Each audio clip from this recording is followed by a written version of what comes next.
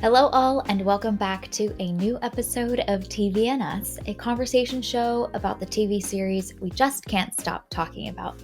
My name is Jennifer Hahn. And I'm Sarah Callan. And each season we focus on a different show, reviewing it episode by episode, and we invite you to watch along with us. Right now, we are reviewing The Sopranos Season 2, and today we are kind of in the beginning momentum of the season on episode 4 titled Commendatori. If you haven't watched this episode yet, this is your spoiler alert. We're diving fully in, and go watch that episode. It's a really great one. And then come back and listen to the rest of our conversation. Also, another option is for you to watch the episode with us, because we did do a watch along episode for this 4th episode. So we all press play together, and you can hear us just yap and see everything that's unfolding in the episode live together. So that's another option for you. But Sarah, episode 4, a summary. Hit us with it. All right. Tony, Polly, and Christopher head to Naples to broker a deal where old world customs complicate new world plans. Back in Jersey, the crew keeps business moving without them. All right. So in TV and S tradition, what is your episode title for Sopranos episode 4? My title is Madonna Whore. Ooh, that's a spicy one. I like it. I did not expect that. That can be my most explosive moment choice award. I really do feel like it's a key to this whole episode, though, which is wild coming from Janice. So I was like, you know what? Let's do it. Kind of works, yeah. My episode title is Study Abroad Week. Indeed. There's some studying going on and a lot of shenanigans. Yeah, as a study abroad recipe instead of ingredients is fitting. It fits perfect. So we got to watch this episode together, but I'm curious just kind of your thoughts in some of the moments. I feel like we experienced the live moments together, but my gosh, there was so much that happens in this episode. We are mostly not in New Jersey for most of the episode, and get to go across the ocean with our crew. So tell me your thoughts about the things we learned about these characters in this episode. Well, the first thing that is notable about this episode is that there is a distinct lack of Livia, which made my heart sad. So I'm really excited for when we see her again. Like, they're keeping her over here, keeping her shenanigans separate from us. What is she going to hit us with when we see her again?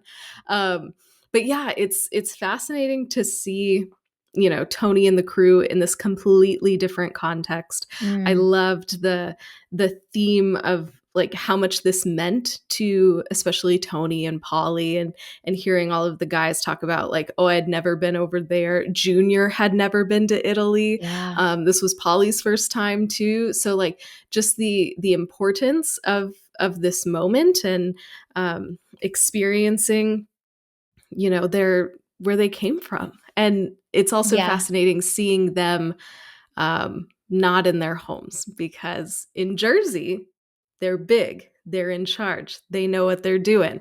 And then we see them here completely as fish out of water.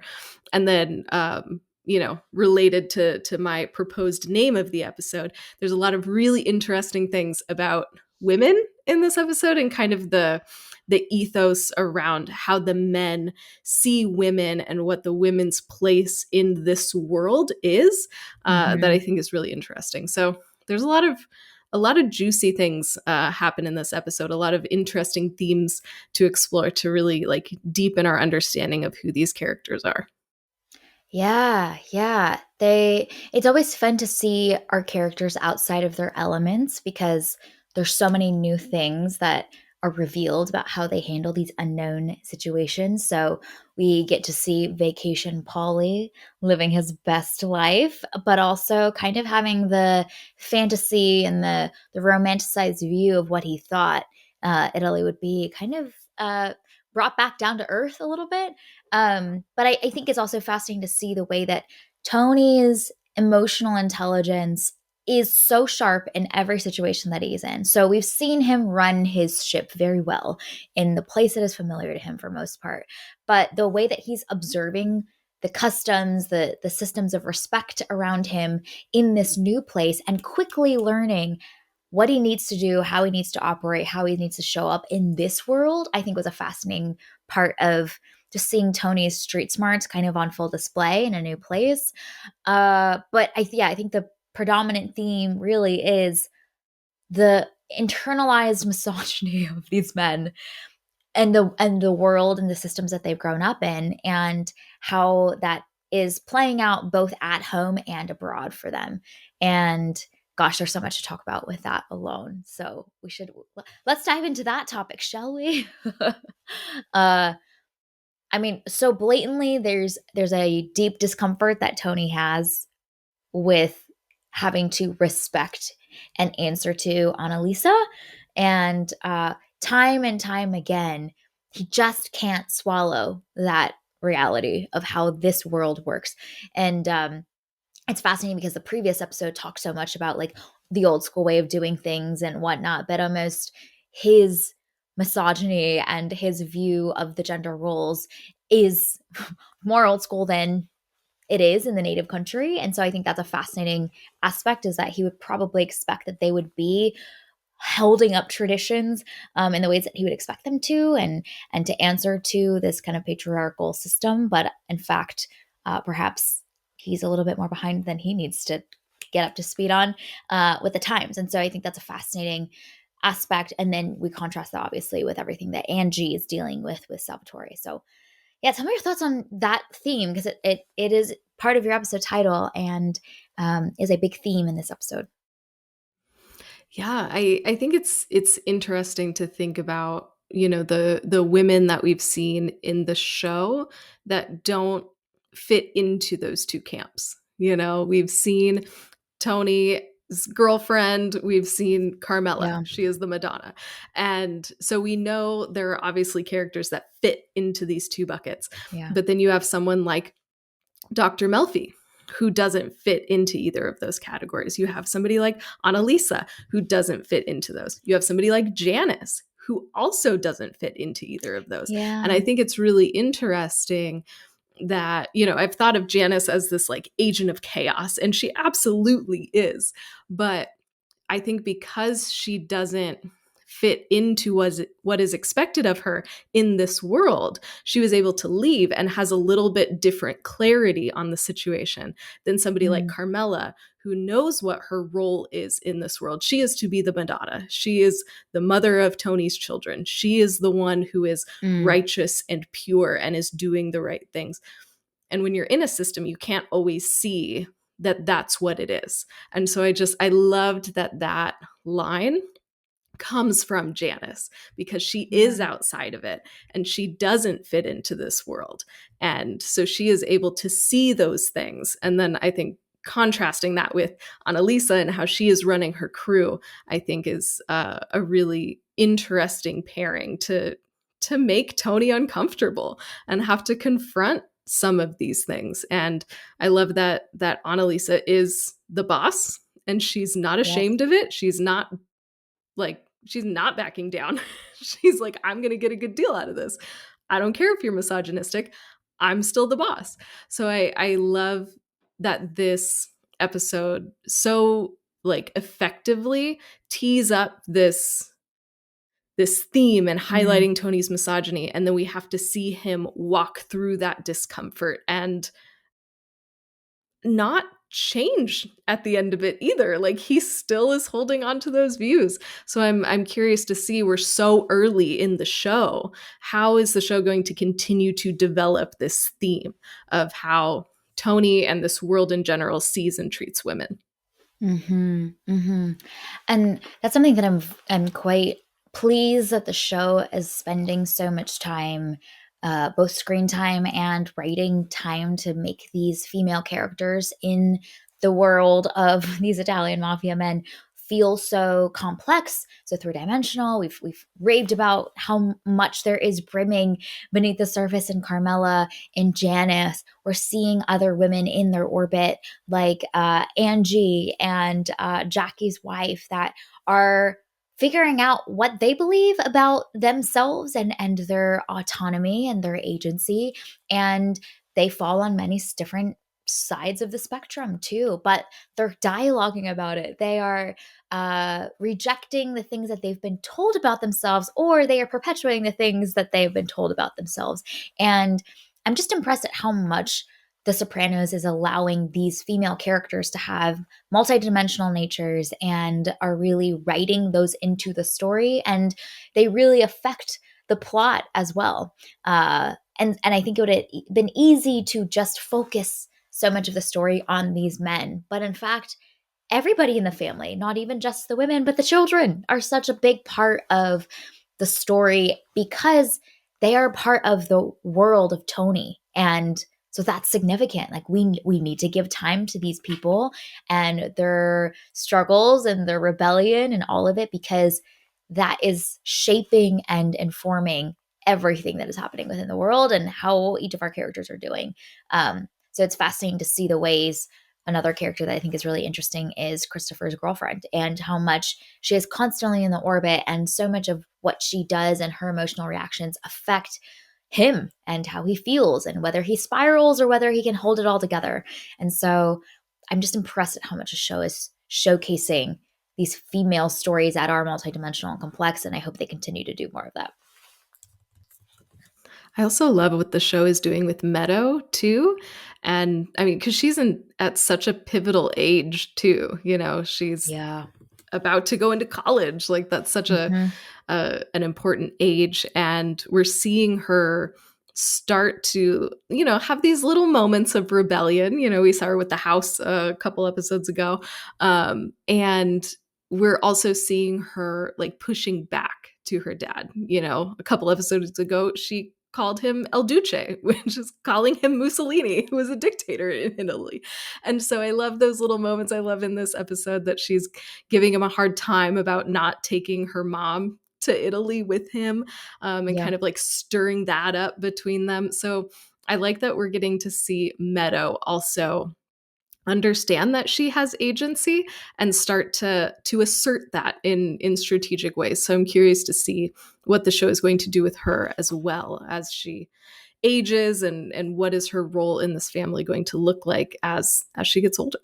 And how will she observe how her mother has operated in this world and choose to reject those ways of existing? How will Janice stoke that along too, as she's in the orbit, being like, you don't have to do it the way that you've seen your mother react to your father? And so much of how children grow up is observing parental dynamics and how they exist in the world, and that is their model, and they either oftentimes follow and mirror that, sometimes unintentionally, sometimes reluctantly, or there's an utter rejection of that. And so it's going to be fascinating to see the way that as Carmela changes and evolves and becomes increasingly dissatisfied with her place in this world and has that inner turmoil, how will that also have ripple effects on Meadow as well? I think will be interesting.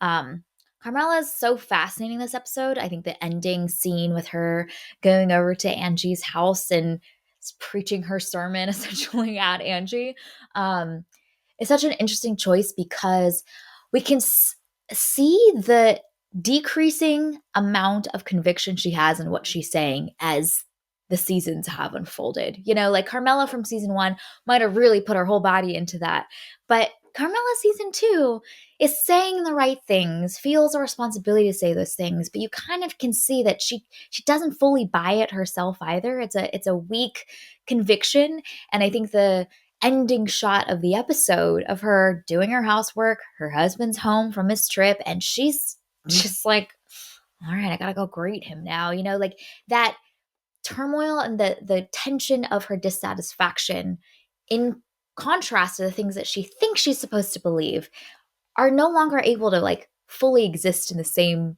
time and place as easily as they could in season 1.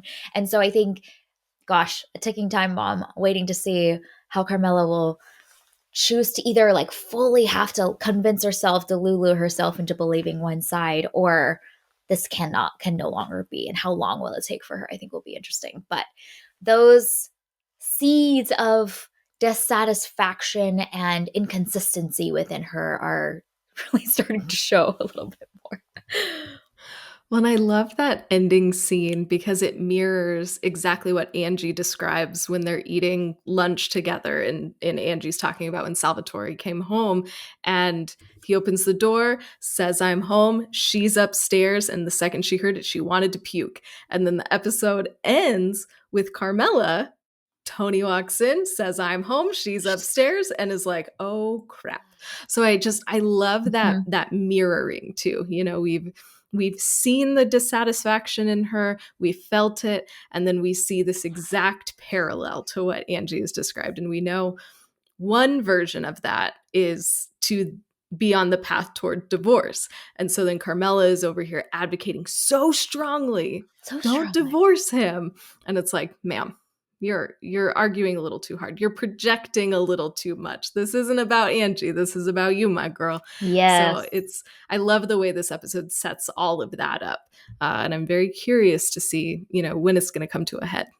Mm-hmm. Mm-hmm. Yep. Yep.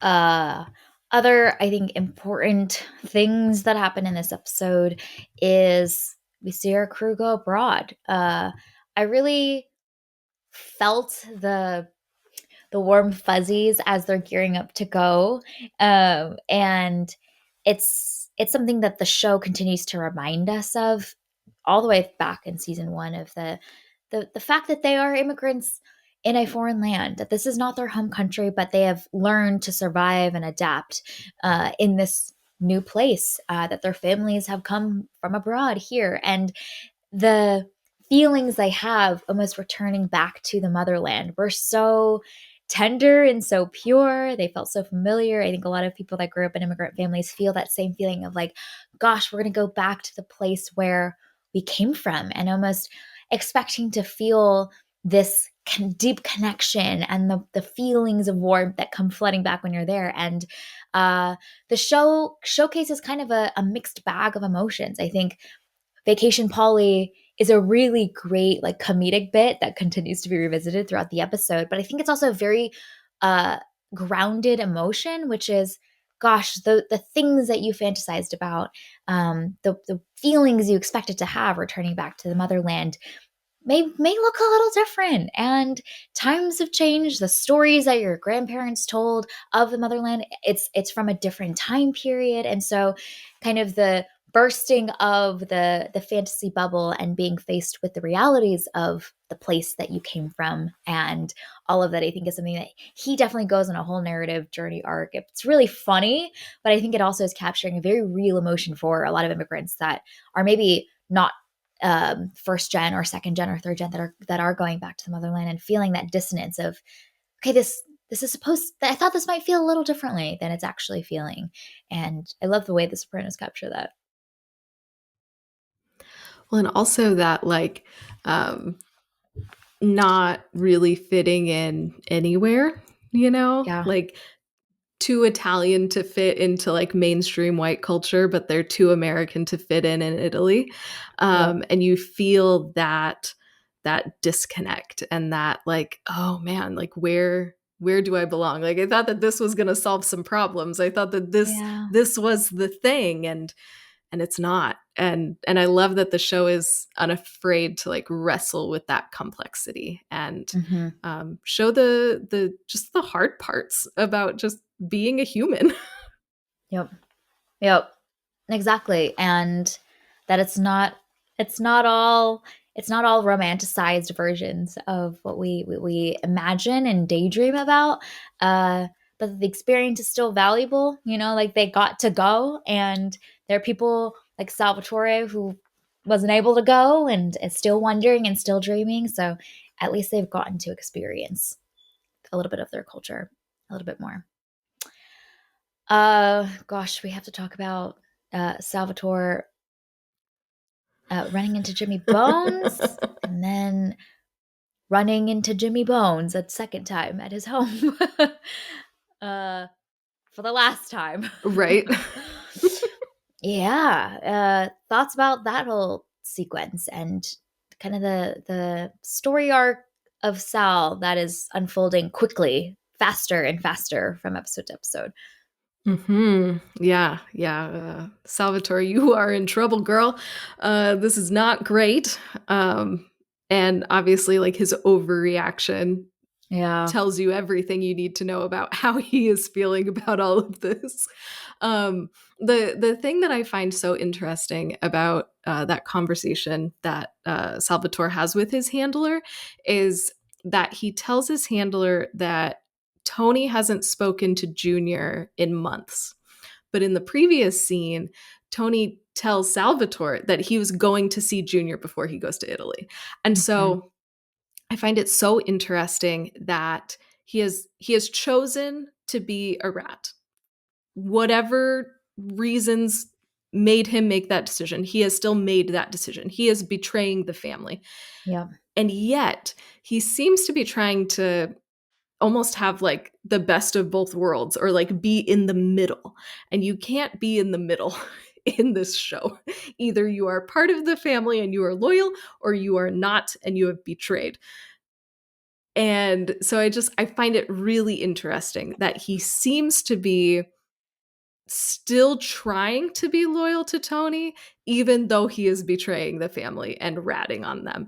And so that's going to be really interesting to see who's going to catch on first, his handler or Tony, and how is that going to really mess up Salvatore. It's not going to end well for our guy. We know that. You can't be a rat and it end well for you.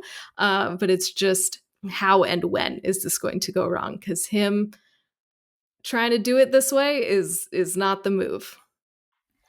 And I wonder if it's, yeah, truly him trying to leave all options open for him and to spin everything favorably for him when the time comes. You know, if he's ultimately confronted by Tony or his crew, he's got something to work with, some cards to play. Like, well, you know, I was doing it so that I would throw them off our case. Or, you know, like, I wonder if he's trying to outsmart a system that begs for you to be black or white, loyal or not loyal.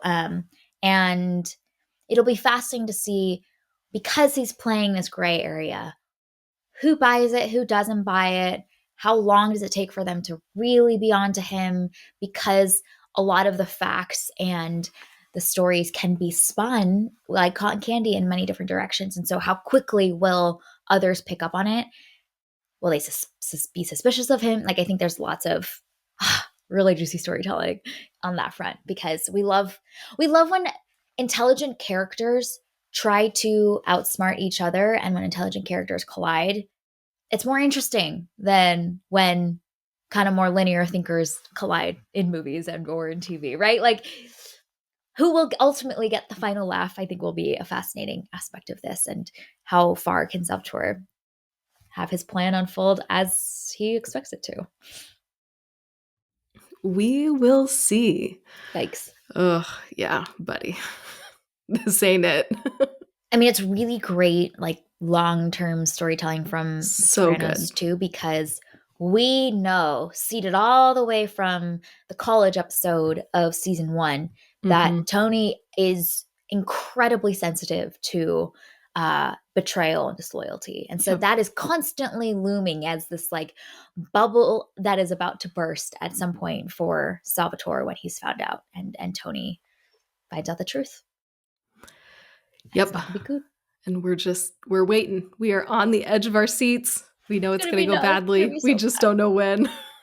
And the show's doing an amazing job stoking the stakes to be like, Salvatore, you worked for Tony for 20 years. Like, and you didn't, you know, like all these details I'm racking up of being like, oh, that's just, let's add more to the pile once the pile comes crumbling down, of how long of a relationship they have and how much that's going to hurt our guy.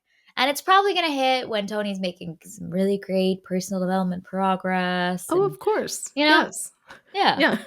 2 steps forward, 18 steps back. Yes. You know, as we do as humans. We do. Yeah. I love that this this like inflection point with Salvatore is happening when his wife is also like, I'm going to divorce him, because we also have information that neither of them, that Carmela and Angie both don't have. We know that it's going to go bad for Salvatore. We just don't know when. And so that's the other piece of like, Angie, get out of there. Like, probably getting a divorce. Yeah, jump ship, save yourself. Divorcing somebody who's in the mob probably isn't a great option, but being married to a rat when the rat goes down is an even worse option. So it's like, Angie, please save yourself, my girl. We want you to survive. Oh, yeah. Yeah, she is making a great choice. We are supportive of this. Good job to our girl. But again, people in the world don't know what we know. It's so fun being in the know as the audience member. We just love it. We love to know more than everybody else. And if it's in the world of The Sopranos, gosh, even better, you know. Speaking of some characters that are sliding quickly and taking 18 steps back, I'm so mad about. I'm mad in advance what the show is going to do with Christopher. I'm so upset about it. We've seen him kind of vacillate over the course of season 1, but ultimately just kind of land overall pretty neutral, I would say. Like, he makes some mistakes, he gets back in the good graces, he makes some progress, he slides back a little bit, but ultimately lands pretty much where he starts the season, I would say. He's not doing well. And it's seemingly when he is also being given more responsibility. He's always had this dream of becoming a made man. He's being given those opportunities to prove himself, and he's gonna squander them. He's already begun, but it's not quite come to the surface yet, I think. Once again, a moment where we as the audience know more than the rest of the characters. Like, we know this is not going well. The other dudes may or may not be as clued in, but it is a ticking time bomb with Christopher, and I'm mad about it. Gosh, they love to take a young, bright, ambitious youngin and just take him out. My God, all these screenwriters. I love that you have such a soft spot for Christopher and that you're so upset about this for him. Yeah. Yeah. I also appreciate that Polly seems to know what's going on, because at the first dinner when Christopher doesn't show up, he's like, oh, he's going to go get a gift for Adriana. And then at the end, when they're waiting for him to come out of the airport, Chris is in the duty free trying to get a gift for Adriana. So it's interesting that Polly seems to be covering for him. So Polly also has a soft spot for Christopher, as we have seen in season 1. And I find that really that interesting. I'm curious to see how that relationship will continue to grow or develop. You know, in the first season, when Christopher was at a really low point, Polly was there to help, you know, pull him up a little bit and encourage him and be with him in one of his really dark times. So will Polly be able to be that like mentor, father figure type for Christopher now? I think the other interesting piece about Christopher not engaging in anything that he was supposed to do while he was in Italy is the fact that he has been given this privilege that people like Salvatore and Junior haven't had before.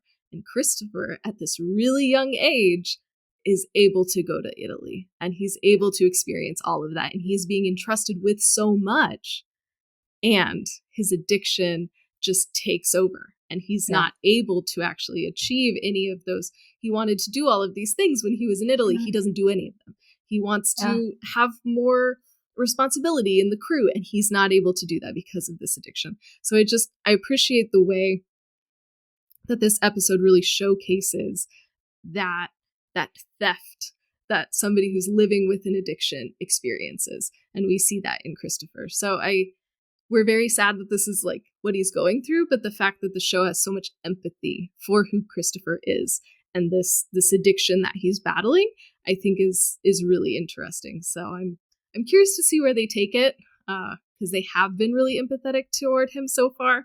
So We'll see how far we go. It's gonna be tragic. I know it's gonna be tragic. It's gonna be bad. It's gonna be really bad. Jen, we're only in I would season love to be 2. wrong. I would There's a love to lot of be seasons wrong. left. I know. I know. We'll It's see. okay. This might be the, like, you need to hit the rock bottom, the point of no return, and then we will see hopefully the rise of Christopher from the ashes, and that would be great too. I just want to see the rise of I want to see the rise of Carmela, the Annalisa of New Jersey. I want to see Let's go, Queen. a redemptive Christopher story. It's okay. He's probably got to hit rock bottom first before he can like build the resilience and the character to like receive his rise. I don't know. But I do think that it's tragic for this character because we see so much of season 1 him longing for opportunity and to be given a chance, to be taken seriously, to prove himself. And he is proven to be smart enough, bright enough, and ambitious enough to go after those things. And so it's just so rough seeing him finally get those opportunities too. And like you mentioned, the theft of that chance because of his addiction coming at this time when he's supposed to finally ultimately be getting everything he's ever wanted, he's unfortunately squandering them because he's getting lost and caught up in the hurricane that is the addiction that is taking over his life, that he is beholden to at this point. So I think it's going to be rough, but I don't know. Yeah, we'll see how the people show up around him. I like that you mentioned the Polly moment from season 1 and Polly being there because I need some warm fuzzies to get through this. And if there's a really sweet Polly Christopher moment at the rock bottom of the well, and Polly's gonna go down there and be like, "We're gonna rebuild this together," man, it'll be worth it to me. Yeah, if you need warm and fuzzies, just think of Vacation Polly. It'll just make you so happy. My favorite Vacation Polly moment is him sitting with a little espresso by the water. The warmest greeting, hello, to the other table, and they don't really give him the same energy back, and he just immediately face falls, muttering under his breath profanities at them. It's great. He's just like didn't receive my warm greeting nicely. Well, screw you. Gosh. Even Vacation Polly is still Polly. Like, right? he is Yeah. still himself. It's still there. Locked in. Yeah. All right. Any other major moments that we wanted to mention, or little moments too before we give out some TVNS awards? There's just 2 little things that I would like to shout out. I appreciate when they're in Italy. There's a couple moments where you see this like anti-NATO sentiment. One of them is with Vacation Polly, and he gives the greeting to like the random passerby, and the guy complains about NATO. And then the other part is when Tony is reading the plaque outside of the cave. Somebody had written F NATO on the little board that he's reading. And I found that really interesting. So I was like, well, why are they so angry at NATO?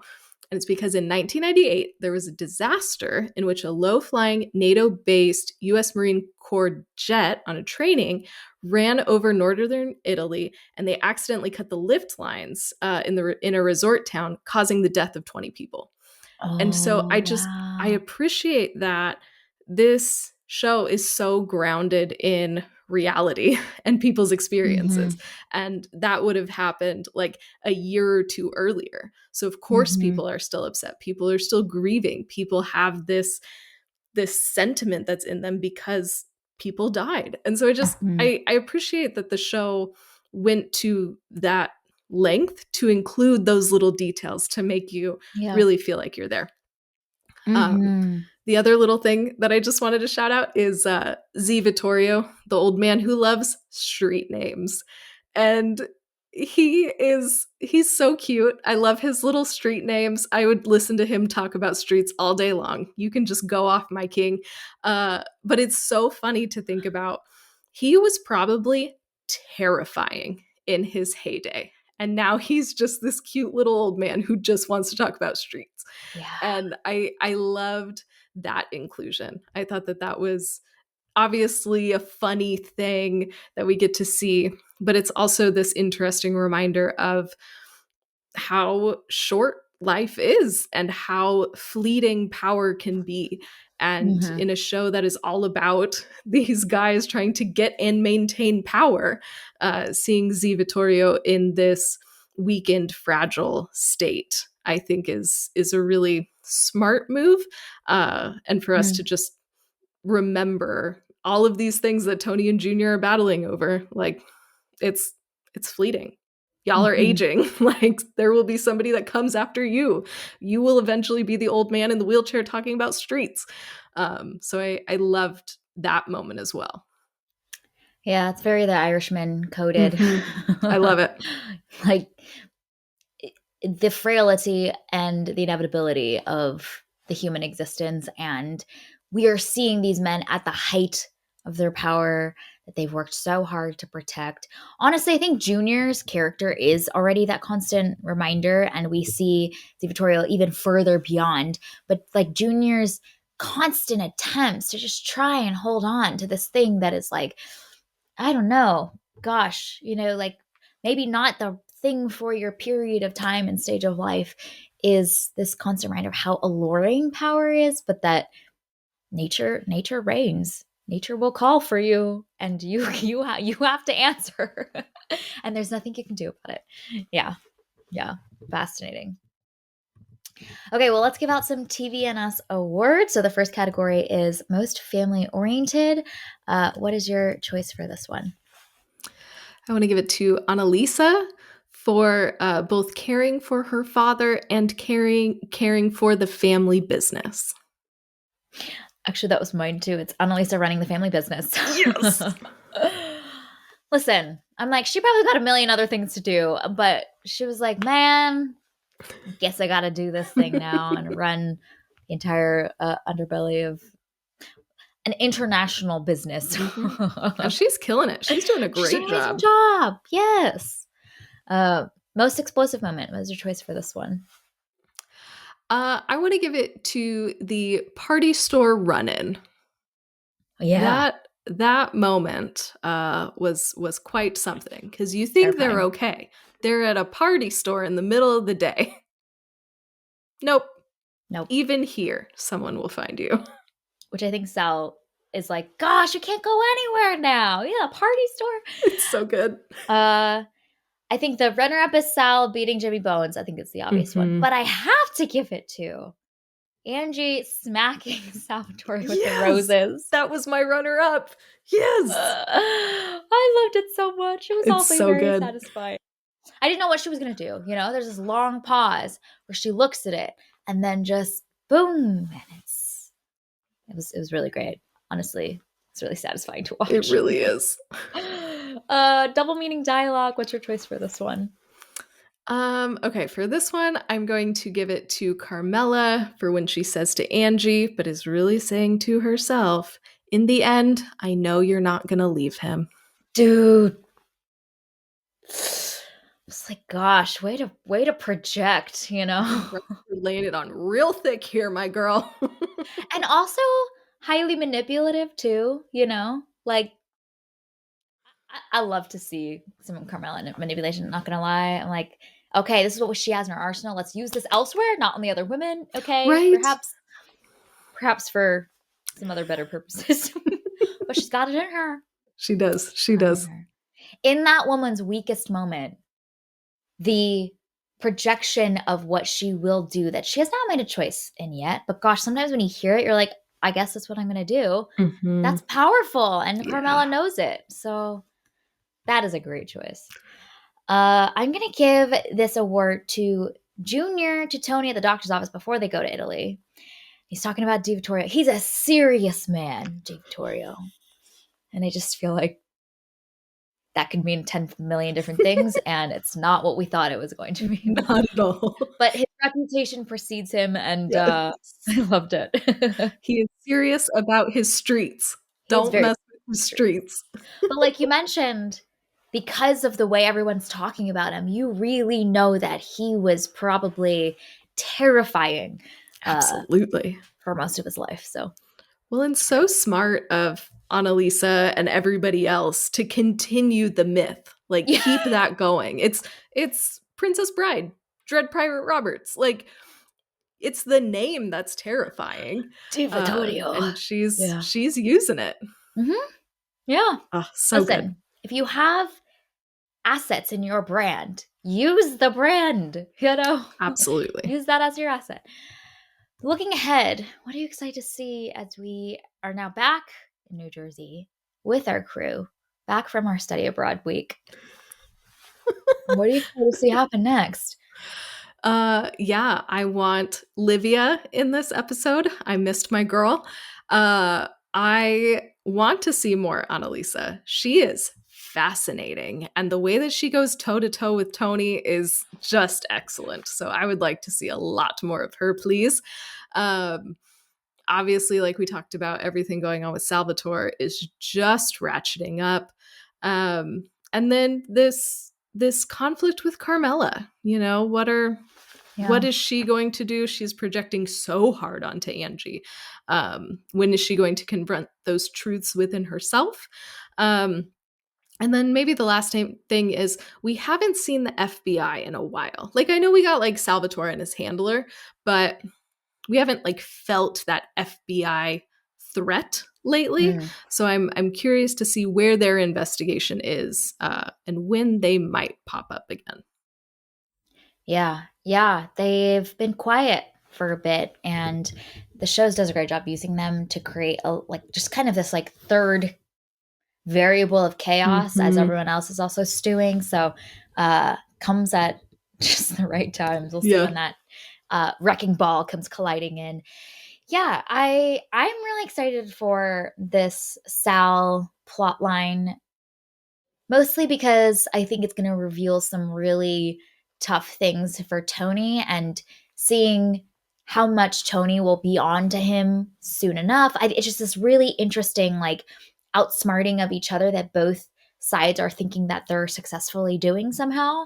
And I would love to see how that plays out, what cards they play and when, what moves they make, because there's so much hidden beneath the surface now. And obviously from the beginning of the season, we know that Tony doesn't fully trust Sal yet, but how vulnerable is Tony actually in being caught up in kind of the good feeling of the relationship and the history there? I think it's going to be really fascinating to show more of who Tony is by how he deals with the situation.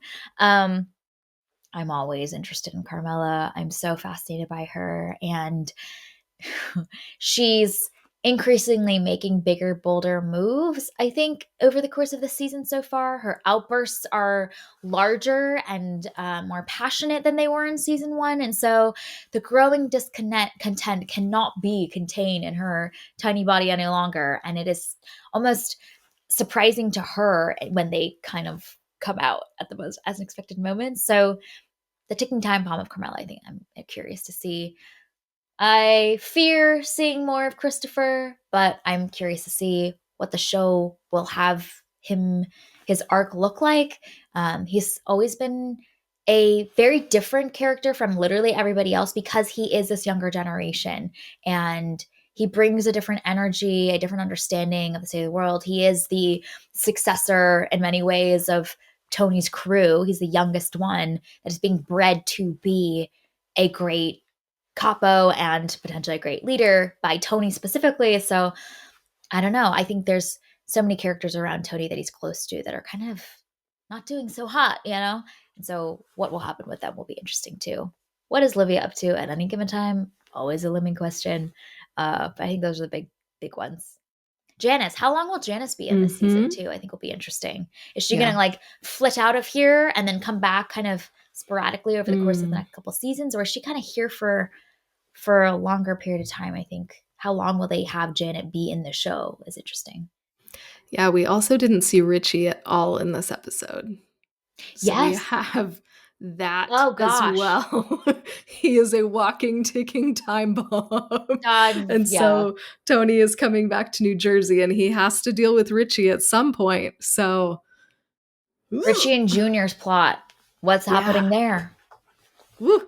Gosh, there's so many things to look forward to. The Sopranos is cooking. We got some good stuff going on here. Yes. There's like 17 different plot lines unfolding all at the same time. Some of them intertwining and braiding, some of them not yet, some of them moving faster, some of them slower, some of them are like on the back burner cooking, but you're like, oh, that's going to explode at some point. So very exciting stuff. Yeah. So juicy. Gosh, the show is so good. All right. Well, this is our review and discussion of Season 2, Episode 4. You can find it available on HBO Max. Thank you for listening to today's episode of TV and Us. Our name sums it up. We're big fans of TV and the powerful ways we can connect with each other and the world around us. This podcast is about all of us and our shared stories, so everyone is welcome here, and we're so glad you spent time with us today as we continue our journey through The Sopranos Season 2. You can subscribe to this podcast on Spotify, Apple Podcasts, or wherever you tune to your favorite shows. Drop us a rating or review letting us know your favorite vacation Polly moment from this episode. You can connect with us on Instagram, Threads, and Blue Sky at tvnspod, or email us at tvnspod@gmail.com. Check out our website, andusmedia.co, for the latest on TV and Us and our other podcast, Movies and Us. We are also a part of the Movie Archer podcast network, so check out more, moviearcher.com, to learn more. We'll be back soon to discuss episode 5. We hope you have an amazing week, and I'll talk again with y'all very soon.